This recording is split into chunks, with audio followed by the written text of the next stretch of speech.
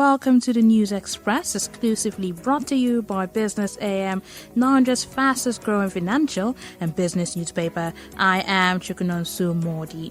Now let's take a look at the headlines hitting the front page this week. Now the big story says, Embattled Ukraine woos Africa for trade sustainability.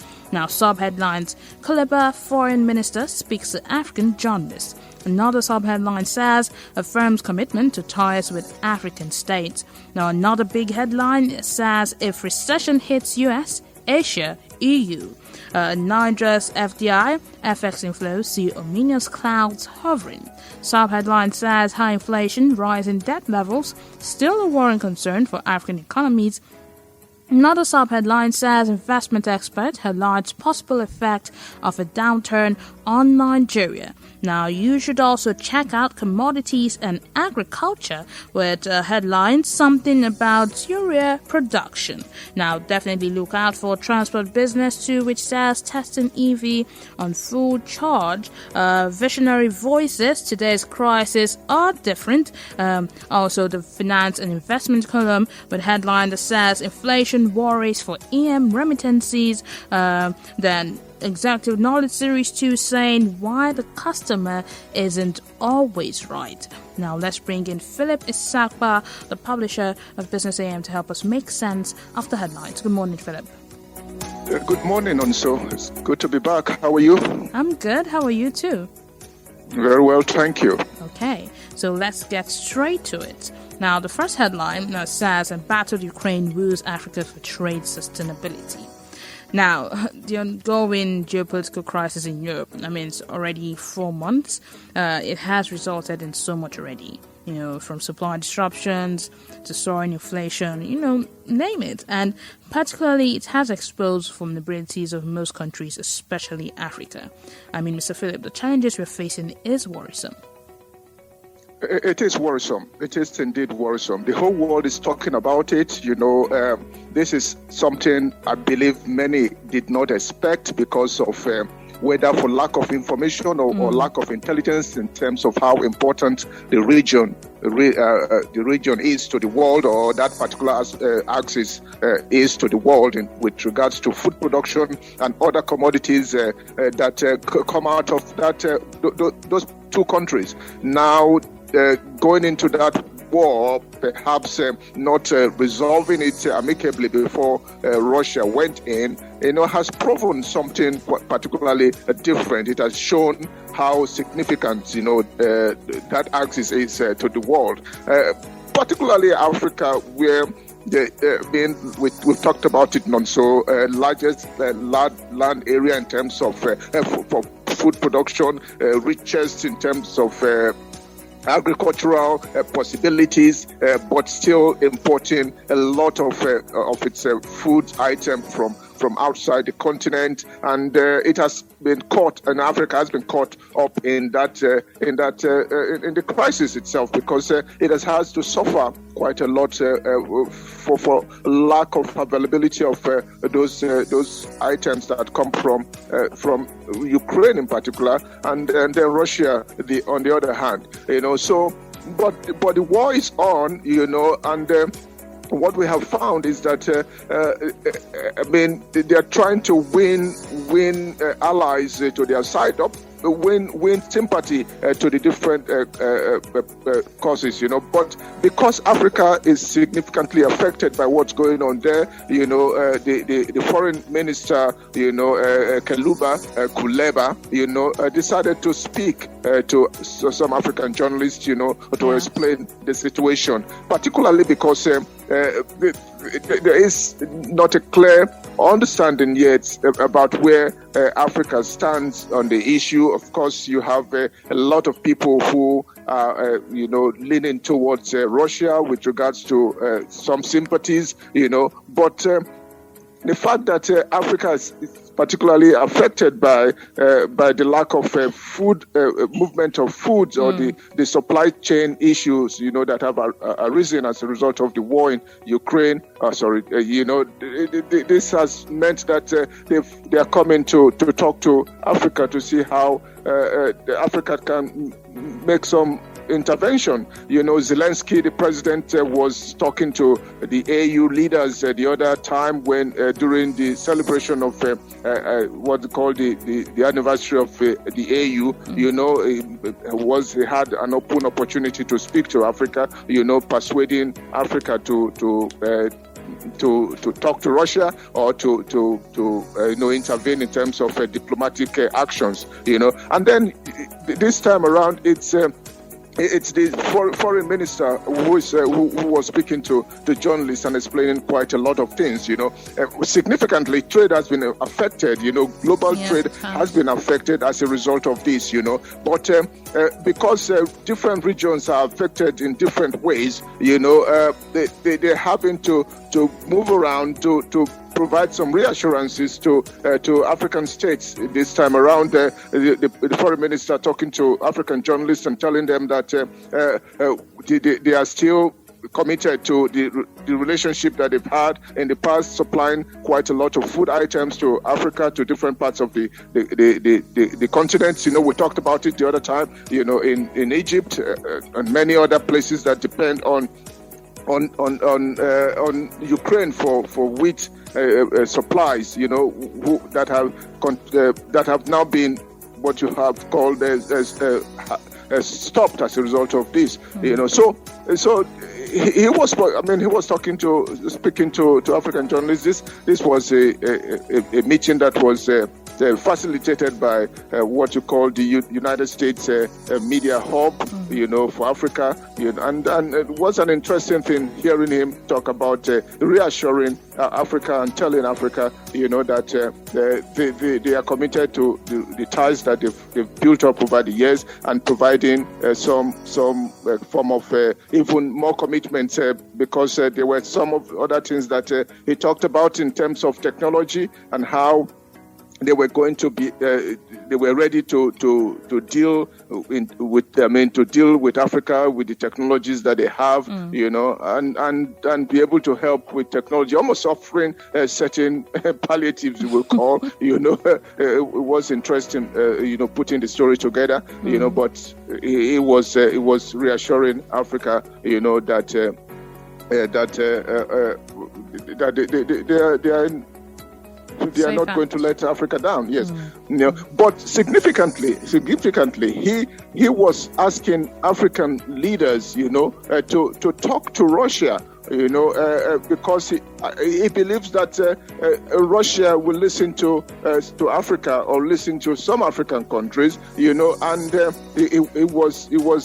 Particularly, I was surprised that he was asking Africa to talk to Russia, and believing strongly, that Russia will listen, and that so that they can remove the blockade. There are some blockades, there are blockades that have been put with regards to the facilitation of movement of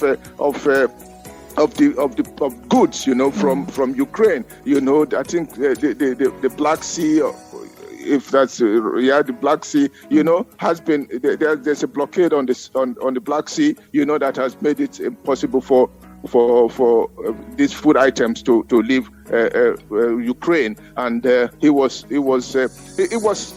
asking that Africa should talk to Russia, because he believes that there could be an easing, of the blockade, that to make some goods to allow food items, but particularly because food is essential, for not just Africa, but for the rest of the world, and with the blockade, this isn't happening, and he was asking, that he believes that Africa could talk to Russia, for some form of reprieve to happen.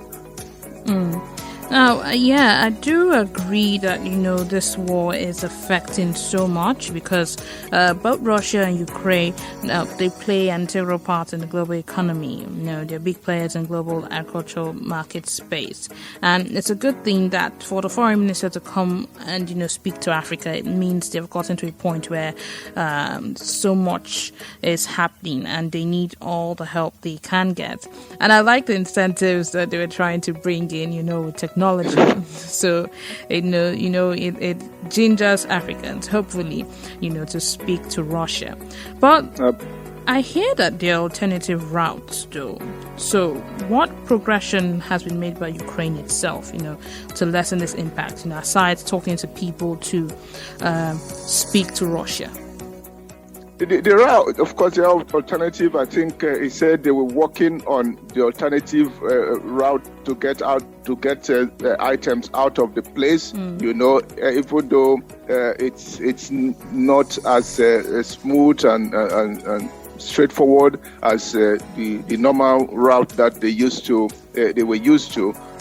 But he did say that that is being worked on, seriously, and that hopefully some kind of reprieve will come, but we will have to wait to see how what progress is made in that regard. But he did say that some form of activity, is taking place, to ensure that they can move, goods through the alternative route.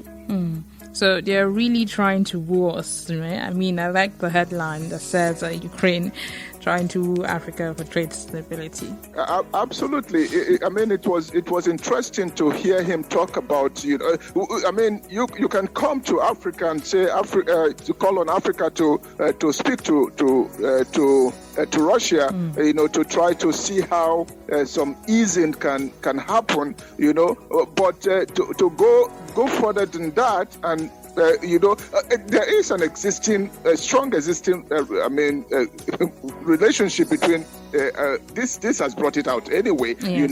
That there is a strong existing relationship between Ukraine and Africa with regards to what they call the bread basket, accounting for 25% of exported wheat in the global market, and we have countries in Africa that main staple is wheat related with regards to bread, or confectionaries, that come from Ukraine, but he went ahead to talk about that they have made a significant progress with regards to technology, and that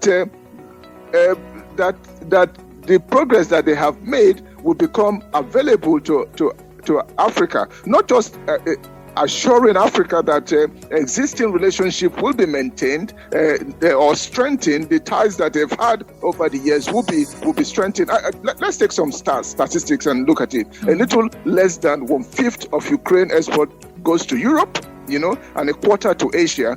Ukraine accounts for 44% of wheat imported into Libya, 42% into Tunisia, 26% into Egypt, 26% to Ethiopia, 15% to Morocco, and then Egypt also relies 26% on Ukraine for such things as corn imports, So there is quite a strong relationship between Africa and Ukraine. We didn't really pay attention to all of this until now. If this war hadn't started, we wouldn't have known how much dependent some countries in Africa were, on Ukraine. But more than that is the fact that there are other areas that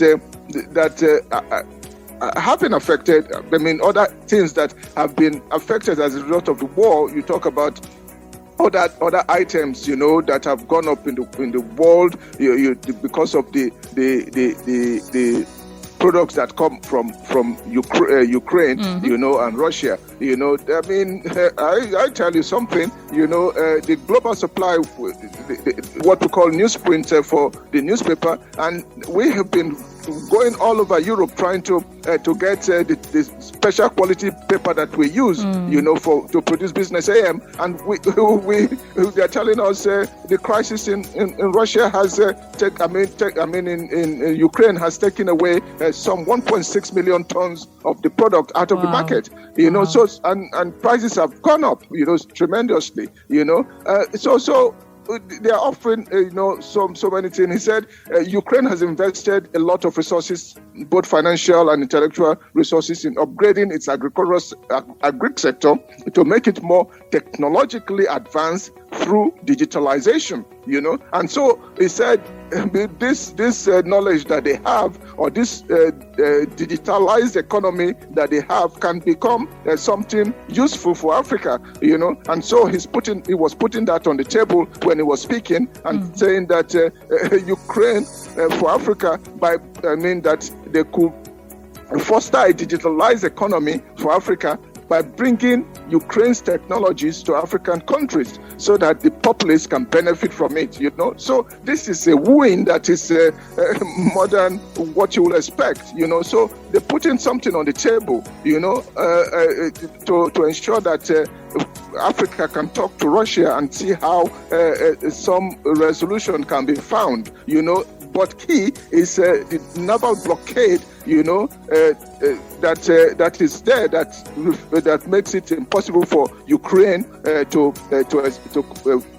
continue with its food export, and this food export, is like we have listed earlier, is significant for Africa. Those countries that we've mentioned that are dependent on the country for some food items. So they're putting something on the table. I don't know how much that will be enticing to Africa, but I believe that Africa can seize on this opportunity, this win that is happening, to talk to put in a word, to see how what solution or what resolution can be reached, because the two countries have had a series of meetings, to try to resolve their differences, even while the war is still on. The latest we heard was that there was an escalation over the weekend, that more bombing. Now Kiev has been attacked again, the first time in several weeks. I also believe too that with what's on the table, Africa can take it, put in a few words, because this is not just affecting Ukraine. It's affecting all of us, especially Africa. So absolutely. One key thing is that, the second story we'll probably be talking about, it has a bearing or has a fallout from this, Yes. And global inflation is something that central banks are trying to deal with, that many countries are dealing with. It's a hot topic nowadays, Inflation is being talked about, not just by monetary policy people, but even intellectuals in academics in different universities, Stiglitz and the rest of them, are talking about how inflation it's ravaging the world, and they're talking about how they have tried to deal with this, whether they have done it in the proper way or not. So that inflation is ravaging. I guess we talked about this. How food prices or different types of goods, have seen prices move up almost every week that you go to the market. And that is not healthy, for especially for many developing countries. No, it's definitely not healthy. Now, speaking about the second headline we're looking at today, which says, if recession hits US, Asia, EU, Niger's FDI FX inflows see ominous clouds hovering. Now, the use of the words ominous clouds is very right. Like you said, Mr. Philip, the likelihood and talk of recession is not far-fetched. We've been having comments made by key CEOs like Jamie Dimon, Elon Musk. This war to high inflation, like you have mentioned. And analysts are, looking at the impending effect of this recession. They're also looking at remittances flow as well as the ongoing and pending further declines in the total foreign direct investment and also the FPI into Africa. Mr. Philip, how bad is it at the moment? Let's use Nigeria now. So this is not looking good at all. we are in a hole. We're trying to dig out. I don't know whether we're trying to dig our way out of it, but we've been in a hole for a long time. Yes. And this inflation thing isn't going to help anybody, because the responses you are getting from the US, you're hearing things in Asia, you're hearing the EU generally, is that people are beginning to talk about recession. What normally happens is that these things happen they take place in circles, and people are beginning to see another circle about to hit, and that so many things come together. You can go back to 2008, 2009, 20 years when you had the financial crisis, global financial crisis, and then the attempt that was made, pump money into the different economies, the quantitative easing that took place in the US, in different in Europe, and different maybe some part of Asia as well, and then trying to manage that situation, try to see how the money that was pumped into the system, could be managed by central banks and all the authorities that you can think of, and then the world was hit by COVID, and so adding pressure, and an attempt was also made, to try to see how the economies of the world can be salvaged, when COVID hit, so many things have come together, and then you have this crisis that is going on in Ukraine, and then when you put all this together, it seems like the circle has come round, and the thinking is that the US, Asia, and EU there could be some recession about to happen. The recession has been talked about in the US, seriously, Europe is talking about inflation, largely about inflation, not talking about recession as strongly as it has been talked about in the US, but the point is that it is, it's the clouds are hovering, and then so when this happens, what then happens to a country like Nigeria, So you can take FDI, the foreign direct investment that has slowed significantly, over the last decade or so, for Nigeria, and then if you have that situation in the US, Asia, and in the EU, you can say goodbye to that, and forex inflows, different ways that forex comes. Forex comes into the country. You have diaspora, remittances. Of course, they then have foreign portfolio investment. Those who come to look for some quick money from the stock market or the money market in Nigeria. So you are likely to see that those channels dry up very quickly, because when it happens, when you have recessions over there, you have job losses, you have the wage losses, and Nigerians earning money from those parts of the world, US, Asia, EU, who send remittances home, are likely to either stop completely, or reduce drastically what they send home. So you're likely to see that drop significantly. FX inflows, it's one sure area where this is going to have significant effect. Foreign direct investors, of course, will look the other way. Will try to rebalance their investments, and try to look at what they have to even spend across the world, and then you then have portfolio investors who, they take a race anyway. Once there's a crisis, they be the first one to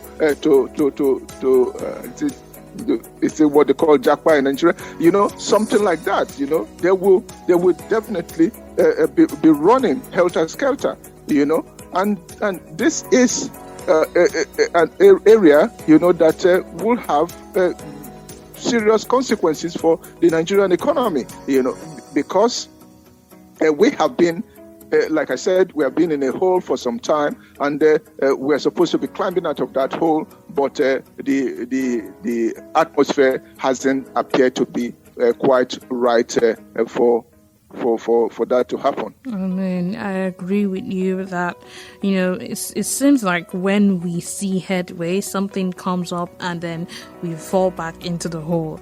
I mean, if analysts and stakeholders are all wondering what next is going to hit on the economy, one moment, okay, we're dealing with inflation, we're out. The next moment, something else comes up. Now we're looking at a possible recession. I mean, this is a lot to take in, Mr. Philip, and it's even worse that we don't know our way forward. Or rather, we might know our way forward, but it's like we're not walking towards that route. There's quite a lot going on right now. We've talked about the presidency that is lame duck at this stage. Yes. We can't expect any miracle to happen at this time. So we only have to look forward to what's coming, and that particularly will involve what the government, the whoever is going to come in next year will have to respond to. I mean, you could look at it and say, how do you make the environment attractive? For the economy. But you have to build from inward, because I believe that my thinking is that you could muster, you could create an economy that is locally engineered in such a way that there's an atmosphere for it to flourish with what you call local funding. If you just create the right environment, bring the right people on board, and get everybody working to ensure that it's a vibrant economy, and so you can be insular, while hoping that the rest of the world becomes better, and you have a win-win situation, So I mean, there are so many things that have been suggested. There's been a lot of migration. One analyst was saying, that Africa must seek a way to tax the West for taking its middle class. So many people have left the country, and sometimes these are bright, young, vibrant Nigerians who go elsewhere to work, who are brought in, who are taken away, for the purpose of contributing to those economies. So, I mean, one is suggesting a taxing of the West, because of what they have done by way of some kind of payment. I don't know how that's going to work, but in the long term, he thinks that the only region that will grow is Africa. So in the midst of all this, you still have some things, and that's because Africa is still it's still a virgin place with regards to so many things, and so there's a great deal of possibilities, because, for instance, the demographics alone, is enough to, it only needs engineering. How do you engineer working with the demographics to ensure, that this becomes an advantage instead of disadvantage? It talks about technology advances in the West that can boost productivity. We can be very, very useful. So there's still a lot of things that are done rudimentary, so to speak, but that haven't even tested or been tried technologically, so they have not applied technology to so many things, and then you have a boom effect, so there's still a lot that can be that can happen, So Mambila Plateau, for instance, can still grow coffee, and export. I mean, Africa really needs to wake up. It can't be overemphasized. We really do need to wake up. A lot of waking up. There is a lot of waking up to do, and it's not rocket science. It's been said many times. It's not rocket science. You should. All you need to do is to get a hold of the story of Singapore. Get a hold of the story of what's it called? Dubai. That they run to. The United Arab Emirates. Those two stories. If you have leaders sit down and just study those stories and say, we're not going anywhere. We're just going to do what these people have done, and see where. And if they're determined, they will get there. Yes. To work out. Just say. I mean, it's not rocket science. It's not reinventing any wheel. And you just have to follow the right things and do the right things that you have to do for your economy and your country. Exactly. All right. Thank you, Mr. Philip. We'll see how the stories develop this week. Yeah, Nonso, thank you very much. Have a great week. You too. That was Philip Isakba, the publisher of Business AM, Nigeria's fastest growing financial and business newspaper. Don't forget, you can also listen in again by going to www.Africa Business Radio and clicking on the News Express podcast. That's all for now. Stay tuned for more.